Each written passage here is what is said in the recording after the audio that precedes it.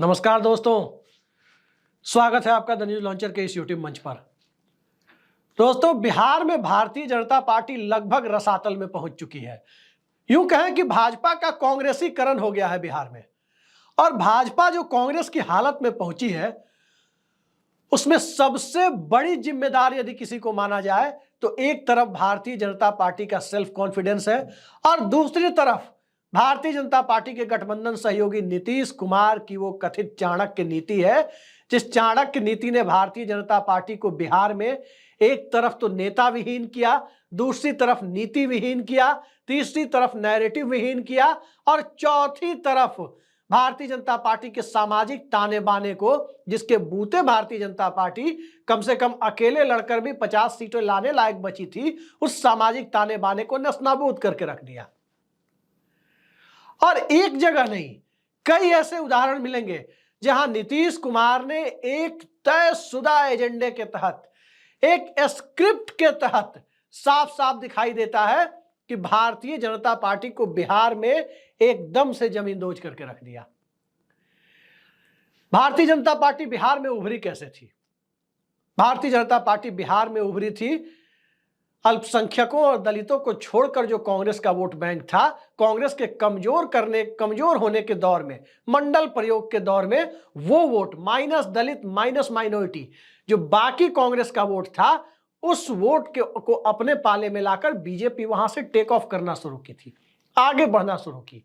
लेकिन उसके बाद भारतीय जनता पार्टी को अपनी सीमाओं का ज्ञान हुआ और उसके बाद बीजेपी ने लालू यादव को सत्ता से बाहर करना पहला एजेंडा बनाया और बीजेपी के विस्तार को दूसरा एजेंडा बनाया।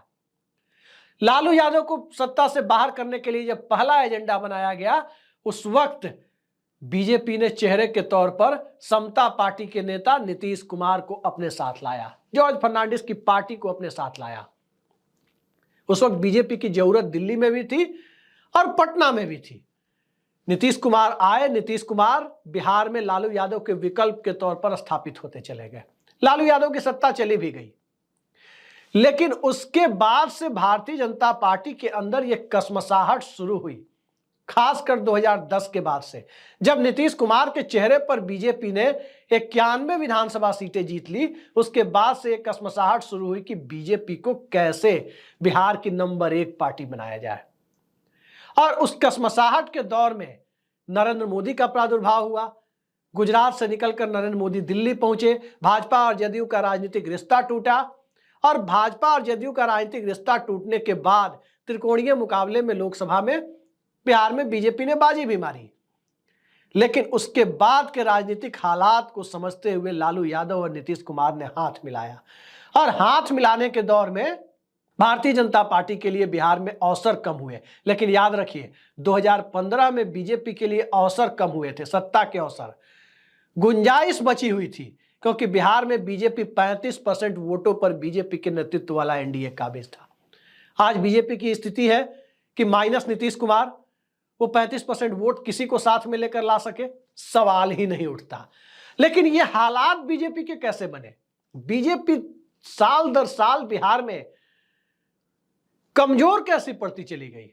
एक एक चीज ध्यान देने लायक है। पहली बात, बीजेपी बिहार के उस सामाजिक विमर्श को नहीं समझ पाई जिस सामाजिक विमर्श को समझने की जरूरत थी।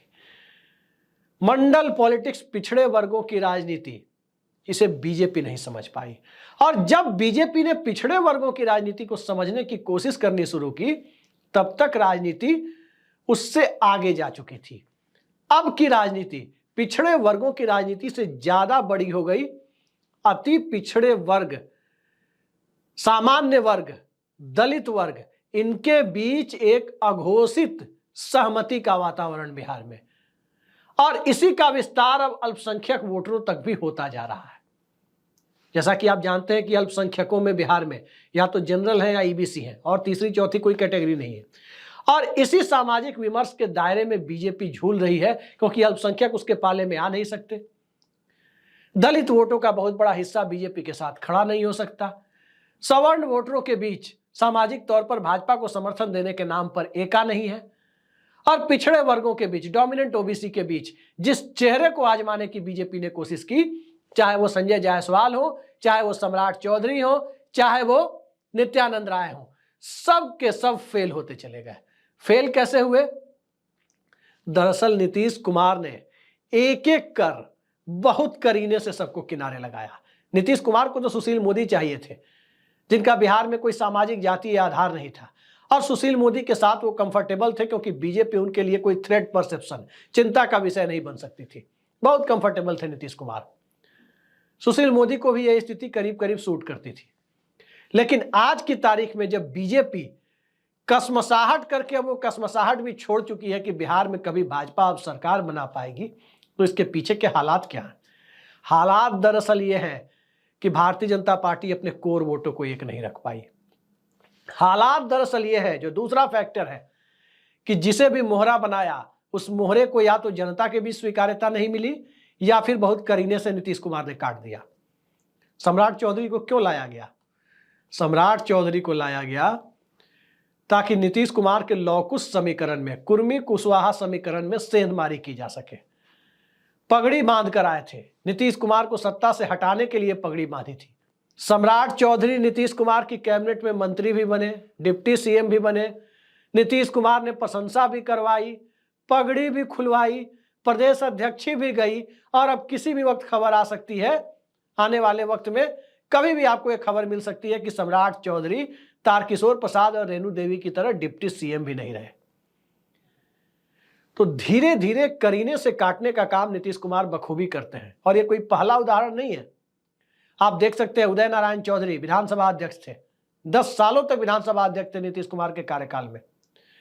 राजद में चले गए, क्या राष्ट्रीय जनता दल में उनका राजनीतिक ठौर ठिकाना मिल पाया? कहां है उदय नारायण चौधरी?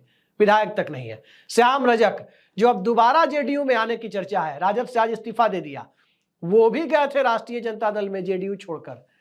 क्या लालू यादव के यहां उन्हें ठिकाना मिला? नहीं मिला। निराश होकर अब घर वापसी के रास्ते पर है। उपेंद्र कुशवाहा गए आए।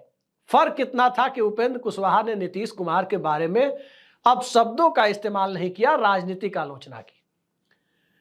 आलोचना किस तरह से होती है, बड़ा फर्क है इसका, और नीतीश कुमार इस चीज को बड़े करीने से समझते हैं कि आलोचना करने वाला व्यक्ति व्यक्तिगत आलोचना कर रहा है या उसकी कोई खुंदक है। तो खुंदक वाली आलोचना को बहुत करीने से जिसने भी समझा, नीतीश कुमार ने उसे किनारे लगा दिया। राजनीतिक आलोचना लालू यादव करते हैं, तेजस्वी यादव करते हैं, उनका बड़ा वोट बैंक है। निजी आलोचना शायद ही कभी किया हो या नहीं किया हो।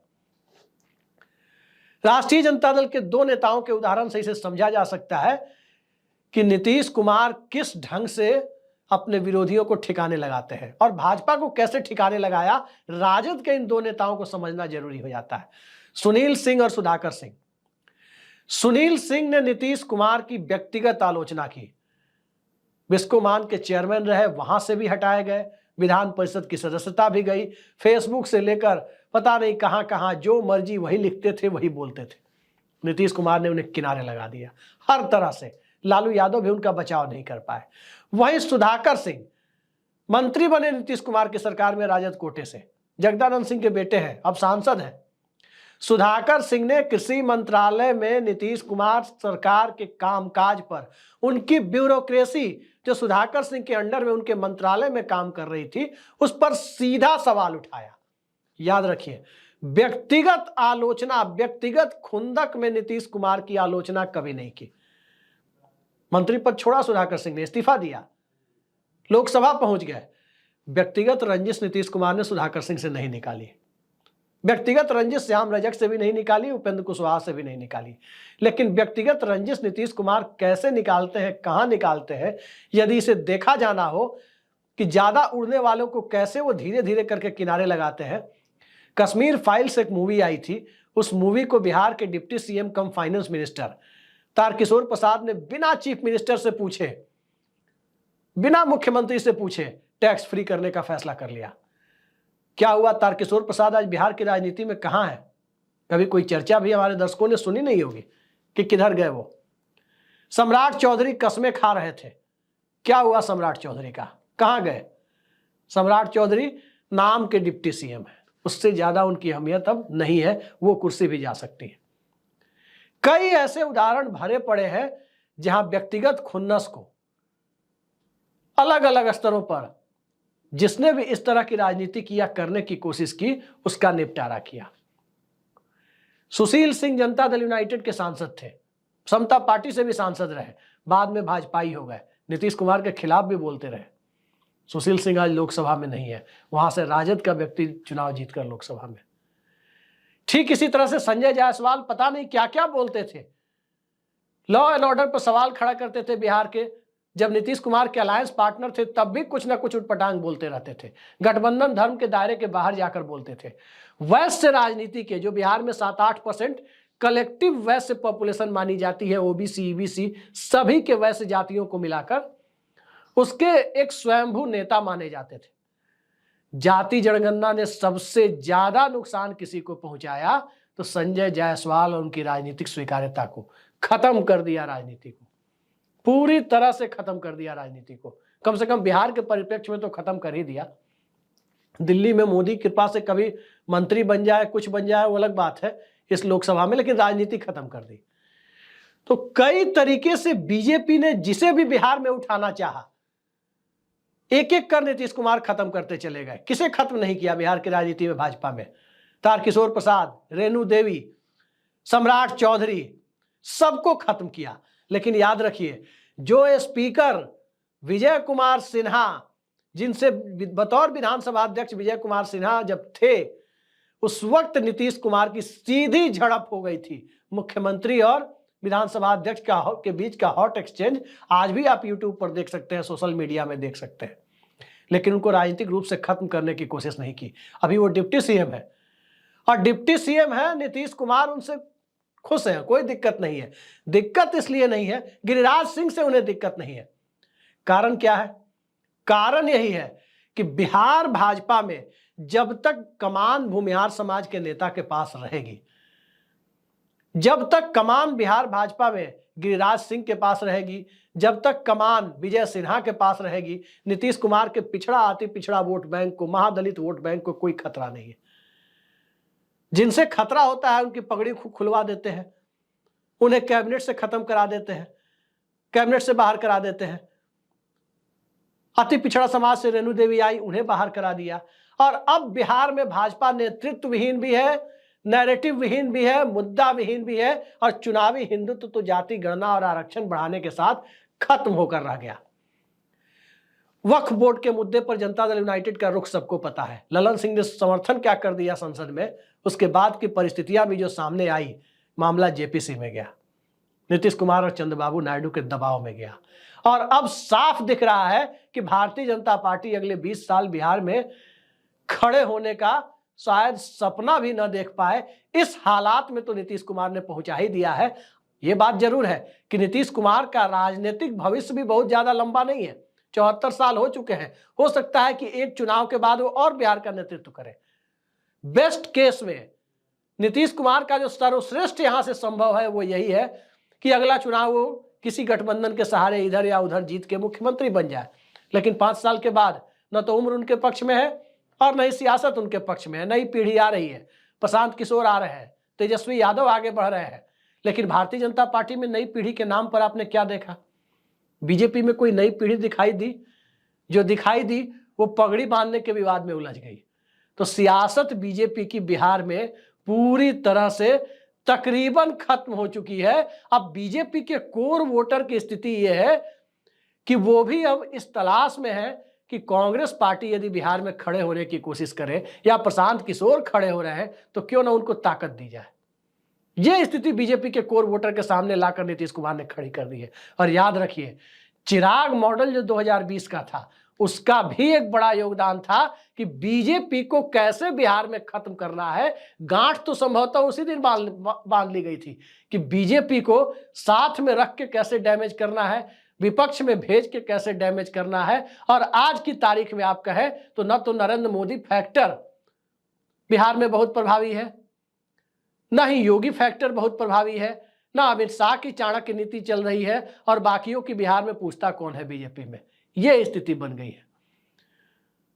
तो इस स्थिति के लिए भारतीय जनता पार्टी में कोई और नहीं, बीजेपी खुद जिम्मेदार है कि वो नीतीश कुमार से जब एक बार दूरी बनी उस दूरी पर वो कायम नहीं रह पाई। उसे नीतीश कुमार की जरूरत महसूस होती रही और उस जरूरत का भरपूर राजनीतिक इस्तेमाल नीतीश कुमार ने बीजेपी को रसातल में पहुंचाने में कर दिया। अब देखिए आगे आगे होता क्या है। सियासी आसमान का बिहार में खुलता जा रहा है। बीजेपी कमजोर होती जा रही है, राजद और जदयू मजबूत नहीं हो रही है। क्या विकल्पहीनता की स्थिति में एक बार फिर नीतीश कुमार ही आएंगे या कोई और नया विकल्प उभरेगा? ये समय बताएगा। समय को भी, वक्त को भी थोड़ा वक्त देना चाहिए। देखिए होता क्या है। आज के लिए इतना ही। नमस्कार।